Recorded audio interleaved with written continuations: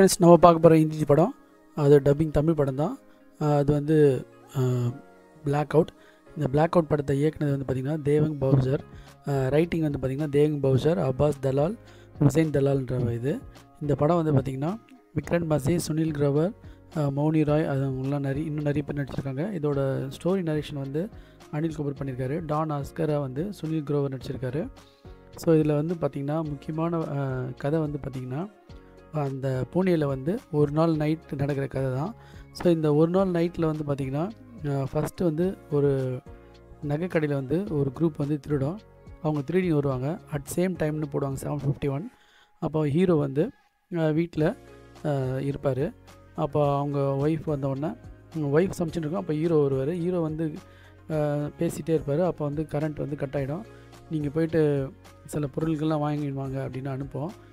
இவன் வந்தவுடனே ஜாலியாக இருக்கலாம், ஸ்ட்ராபெரி ஃப்ளேவர் அது இதுன்னுவாங்க.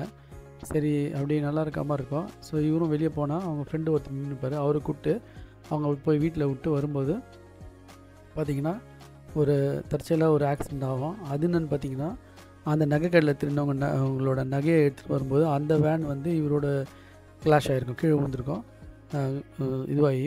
அப்போ என்ன பண்ணுவார், அதுலேருந்து ஒரு பெரிய பாக்ஸ் எடுத்துன்னு வந்து ஒரு டிக்கியில் போட்டு வந்துடுவார்.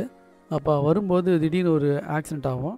ஸோ இப்படியே ட்விஸ்ட் மேலே ட்விஸ்ட் வந்துட்டே இருந்துச்சு. ரொம்ப சூப்பராக இருக்கேன்னு பார்த்தா அப்படியே ஸ்லோவாகி கடைசியில் அப்படியே வந்து கொஞ்சம் கொஞ்சமாக அறுக்க ஆரம்பிச்சிச்சு. அப்புறம் ஒரு டான் அஸ்கர்னு ஒரு கேரக்டர் உள்ளே வரும். அப்புறம் அவங்களுக்குள்ளே ஒரு ஃபைட் வரும். அப்புறம் திக் தாக்குன்னு ஒரு பிரதர்ஸ் மாதிரி ஒரு ஆளுங்க 2 பேர் வருவாங்க. அவங்களாம் வர அப்படியே காமெடி பண்ணுறதா நினச்சி அப்படியே அறுத்துனே வந்துச்சு. என்னடா 12th ஃபெயில் நடிச்சோராச்சே, ரொம்ப சூப்பராக இருக்குமே அப்படின்னு பார்த்தா ஹீரோ வந்து ஒரு ஜேர்னலிஸ்ட்டாக இருப்பார்.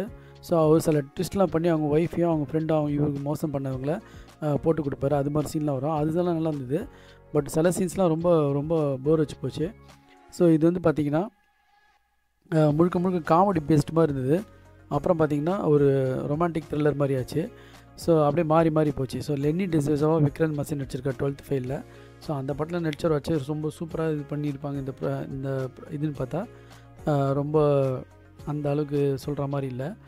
கிளைமேக்ஸில் பார்த்திங்கன்னா இந்த டான் ஆஸ்கரோட பெரிய ஒரு தங்கப்பதில் வந்து இவர் கிடைக்குது. அதை இவர் கையை பற்றினாரா இல்லையா அப்படின்றத படத்தோட லாஸ்ட் சீனு. ஸோ இது வந்து ஃபஸ்ட்டு ஒரு 1/2 hourக்கு மேலே ரொம்ப நல்லா இருந்துச்சு. அப்புறம் கடைசியில் அப்படியே கொஞ்சம் ரொம்ப போர் அடிச்சு போச்சு. இது நீங்கள் பார்க்குறவங்க பார்த்து டைமை நீங்கள் சேவ் பண்ணுறவங்களா இருந்தால் பார்த்து இது பண்ணிங்க. நான் சொல்கிறது புரிஞ்சுருக்குன்னு நினைக்கிறேன். ஸோ அந்தளவுக்கு இது வந்து ஜியோ இதில் ஓடிடி தரத்துலேயே கிடைக்குது, தமிழ் டப்புலேயே. இது என்னோடய தகவல். பார்க்குறவங்க பார்த்து தேவையான என்ஜாய் பண்ணிங்க. Thanks friends.